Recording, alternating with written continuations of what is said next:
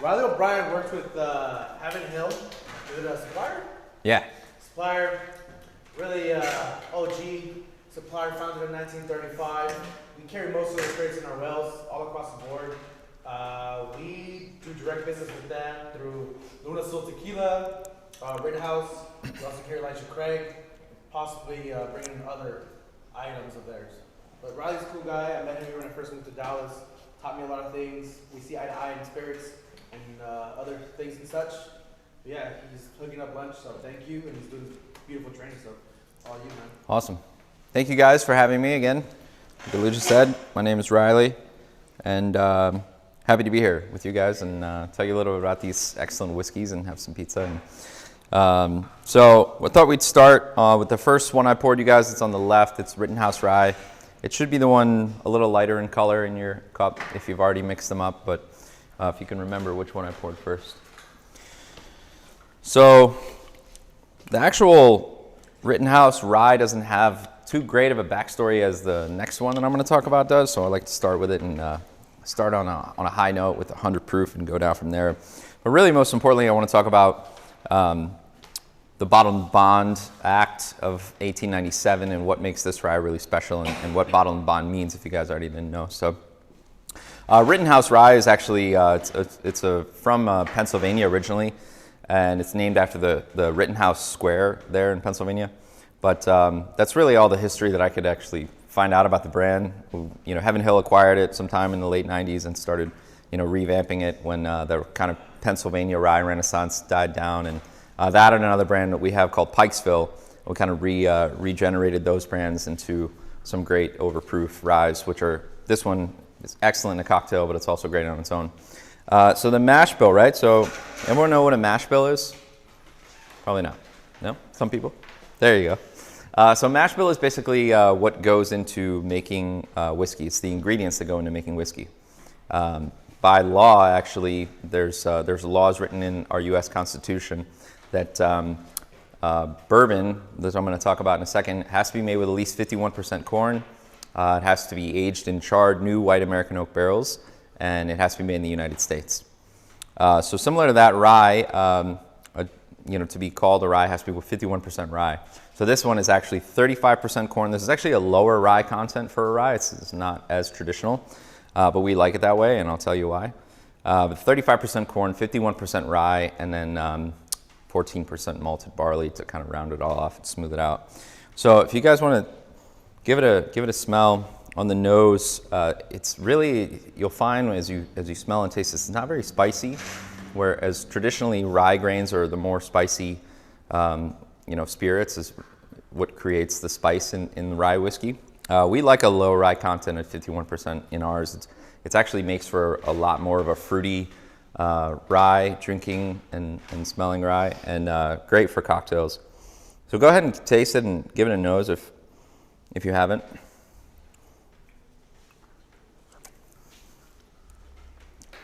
So it's definitely a little hot. I mean, it's Bottled Bond, so it's 100 proof, 50% alcohol by volume, so that's definitely overproof. But as you can tell, I mean, I don't know your guys' thoughts, but it's very, I would say it's a lot more fruity and approachable than the heavy spice straight ryes and a lot of the ones that are out there on the market. So Rittenhouse is a Bottled Bond. I was told you guys I'm going to talk about the Bottled Bond Act of 1897. Actually, we just celebrated the 124th anniversary on March 3rd a week ago. So that was actually our first Consumer Protection Act in the United States in the Constitution. So way before the Food and Drug Administration was even created, we cared more about regulating our whiskey and controlling the quality of that before the food that we put in our bodies. So 1897 comes along, and the reason for that, and this is all pre-prohibition, but whiskey was booming and people were trying to get on board and trying to sell whiskey and make money on it. But not everything was great quality. Anyone heard the term rot gut? Anyone heard that term? So rot gut actually referred to the whiskey that was really bad and was artificially colored with iodine or tobacco and flavored with anything to make it look like this great bottle right here, right? But it wasn't good, and it was actually literally killing people and was not pretty. But so 1897, the Bottled Bond Act is instituted, which stated that in order to be called a bottled bond and have this really nice, pretty label on the bottle, which every bottle of Rittenhouse Rye, though it's modernized, reflects the tax stamp that was required to be on all those bottled bond labels back in those days. So if you get a chance, I'll pass this around for you guys to kind of take a look at that up close.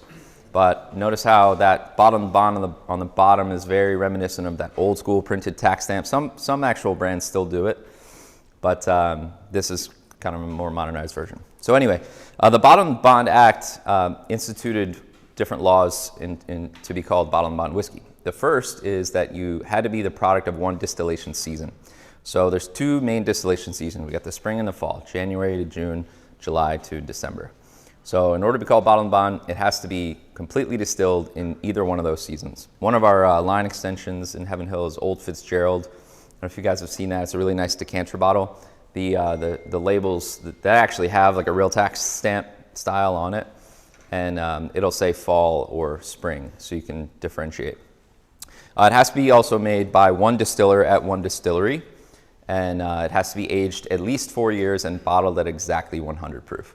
So the idea behind the Bottled Bond Act was that, as a consumer in early 1900s, you walked into a liquor store, you would reach for the bottled bond because you knew that it had to go through those regulations, and it was better quality whiskey. Yeah, what do you guys think? It's pretty good. Everyone taste it? I believe it's the well at multiple of your concepts, so I'm sure you've had it before. Yes, sir. Question. Is there another law where it has to be from the same distillery? So yeah, I think from the same season as well. So same season and same distillery, made by one distiller. Made by one distiller. Correct. It can be bottled elsewhere though. That's the thing too. Bottled somewhere else. You can bottle it elsewhere, but it's about production. Yeah. What about the rick house? Is it government? Is it a government-owned rick house? So who is it that goes into what governing body in the United States? So they're agents of the U.S. Treasury that are in. They don't own the warehouses, but in order to be called a government-bonded warehouse, they are controlled or regulated by. Just like TABC comes in, TABC doesn't own your bars, but they can come in whenever they want and say, you're doing this wrong, It's very much like that. So the Treasury agents, if you want to be called bottled bond, they're the ones with the keys and go in and make sure everything's above board. Yes, sir. Why the Treasury? Well, because it's all about taxes, right? So when the Bottled Bond Act was created, it was about taxing, making sure that, if you wanted to be called that, you wanted to have the nice government tax stamps on it, you had to pay for that. So they were the ones that were in charge of making sure that. There you go. Yeah, good questions, though. Yeah. Pretty nice.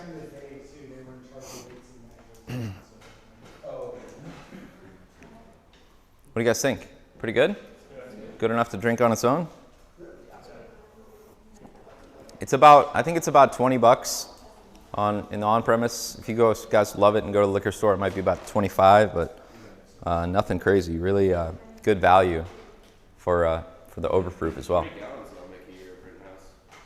That I'm not sure. It's not a small batch process like the next one we'll talk about, but it is good quality. So yeah, we're going to move on to Elijah Craig.